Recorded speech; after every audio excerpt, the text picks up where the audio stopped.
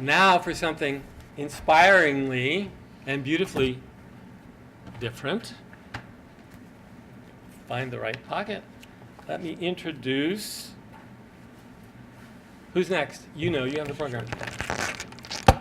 Oh, that's you. Okay. This is Ana Sofia Gonzalez, who is at the Harvard Extension School Environmental program. And she's been working with us for several months. And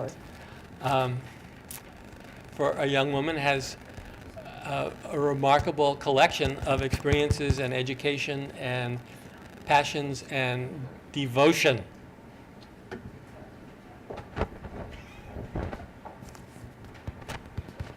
It's on. You're on, and where are you? There you are.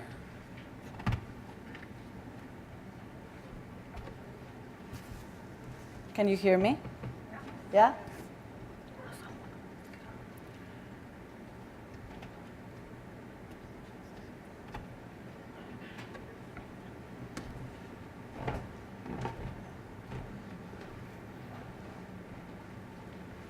Climate migrants might reach 1 billion by 2050. And these are 5 reasons why we should care. The first reason is that migration is a climate issue. But how? How are these two different problems related? Well, the greenhouse gas emissions that we have been putting on the atmosphere are changing the climate patterns. We know that. And the most important effects of these patterns is the precipitation patterns. We're going to start having more rain, where is a lot of rain, but also we're going to be having less water in dry lands, in desert lands. So there is 3 main effects of climate that are affecting human population. Because yes, climate change is about nature, it's about the environment, it's about plants and animals, but also it's about humans.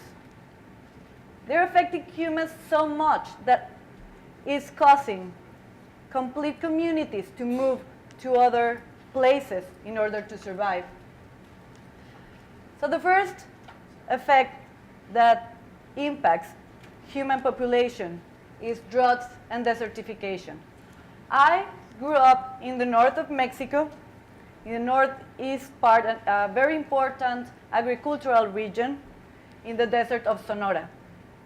When I was growing up, there was a 10-year drought. This affected a lot of farmers because they had to invest more and more money to pump the water from the aquifer. The soils desertified and they became more saline. And a lot of farmers just couldn't keep up. There was too much money to invest.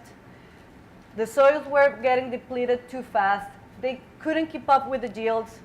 And they had to sell or abandon their lives, their lands, and go and migrate somewhere else to look for better opportunities. A lot of them crossed the border to the United States. Another way that climate change impacts human population is as a conflict multiplier. Jennifer Leaning from Harvard University explains this relation with example of Syria. In 2008, there was a very severe drought in Syria that lasted 4 years. The most affected part of Syria was in the northeastern, where the Sunnis had their farms. In this place, you could find high heat, dry soils, and complete collapse of agriculture in these years. So millions of Sunnis migrate to another cities, most of the cities ruled by Al-Assad. And this creates social disruption in these cities. The Sunnis were discriminated, they couldn't find jobs. The housing was a huge issue. And then the conflicts arose. And it ended up in a very serious war. And we know that the refugee crisis that Europe is facing right now is mostly because of this war, Syrian war. And I'm not saying that this drought was the main cause of the Syrian war, but it was definitely a major contributor. And also, there is the other part, no? The other effects that are affecting human population. And it will increase. The effect will increase. So it's the sea level rise, the floods, and the storms that we're seeing right now. This is a map of Florida on 2030. This is Tampa, Florida. And we can see how the floods come all the way to the city center. And if this is scary, we can also see, this is Boston in 2050. Actually, this map is the city of Boston made this initiative. It's public, and you can visit in the website. It's called Climate Ready Boston. And it's an interactive map, and you can play with it. You can play with different layers, different parts of the cities. But I chose this one. This is the annual coastal flood by 2050. And these floods, storms, will affect people, will affect the houses of these people, their jobs. And it will make them move, migrate. We can't keep ignoring this situation. We can't keep turning our faces from this problem, because it is urgent, and we know it. We lived this year. This is Houston a couple of months ago. This is Puerto Rico. And actually, Rick Scott, the governor of Florida, declared last month that 75,000 Puerto Ricans arrived to Florida since Hurricane Maria. People are moving because they can't keep living where they were born into. But we also have problems here. This is California, the fires in California. 2017 was the second hottest year ever recorded. The first one was 2015. So, believe it or not, climate change is happening, and it's happening now. And we also have to recognize the climate justice, which is the third reason why we should care about climate migration.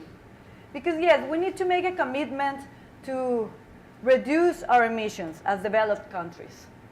But also we need to make a commitment with those people that are being affected right now. Because this map is showing the CO2 per person emitted.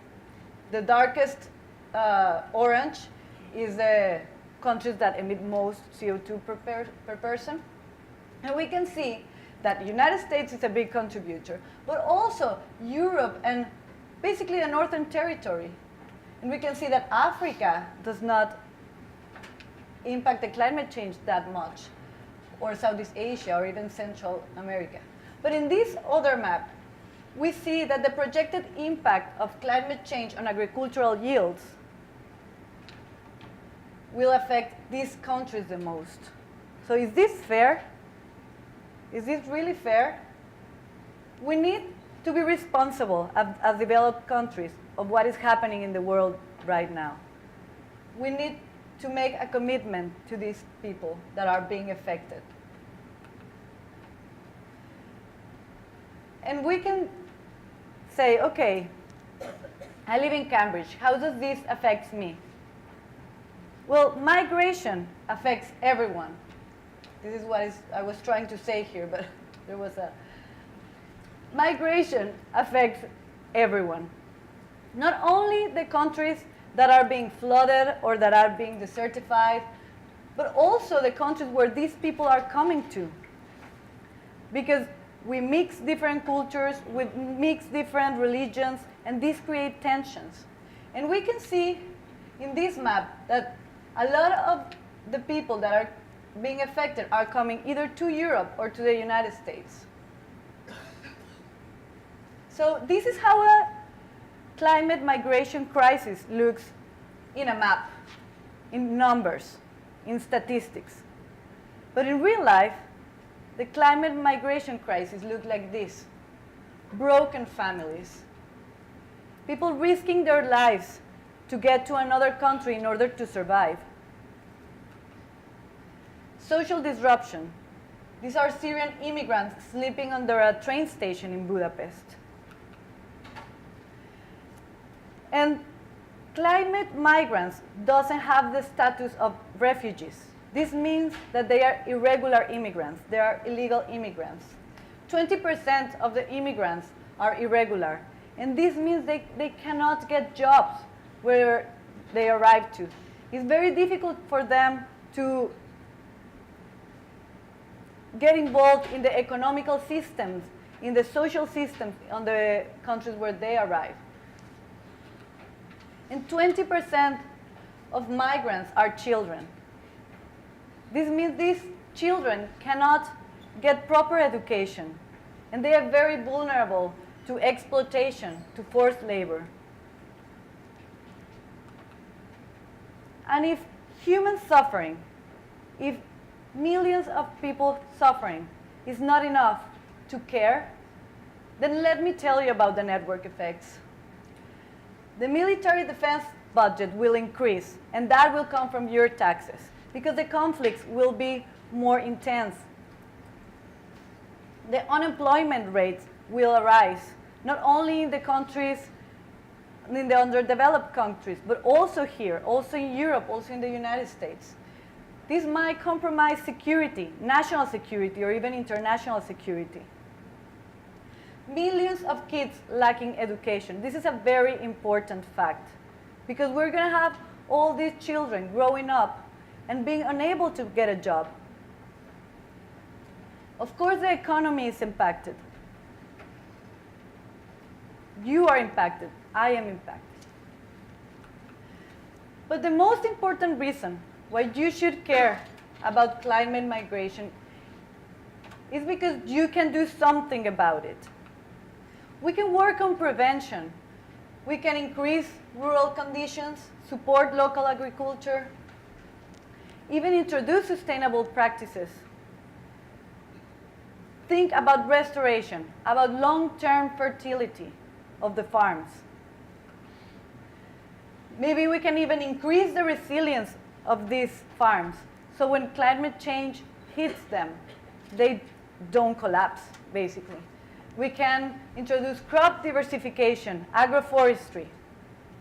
Climate migration is fundamentally an issue of people that cannot make a living in the place where they were born into. So maybe we can prevent this. But also we have to acknowledge that a lot of people will have to move either way. But also we have a lot of land to restore. We have a lot of deserts to regenerate. And we have a lot of people that need jobs. So maybe we can create restoration hubs where we can employ all these migrants so they can have a dignified job, a dignified life, where they can have a land to nurture. What if we could live in a world where we can have an inclusive immigration strategy, where we recognize climate justice, where developed countries make themselves responsible for the damage they've done to the environment? What if we can give education to these kids?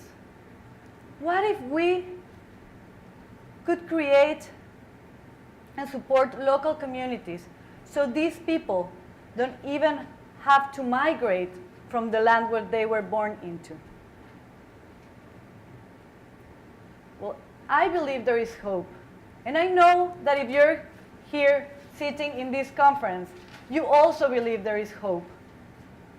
Because this is what this conference is all about, hope. And that's why we're here, surrounded of experts, sharing ideas, learning from experts of agriculture and fertility and ocean restoration, education. That's why we're here.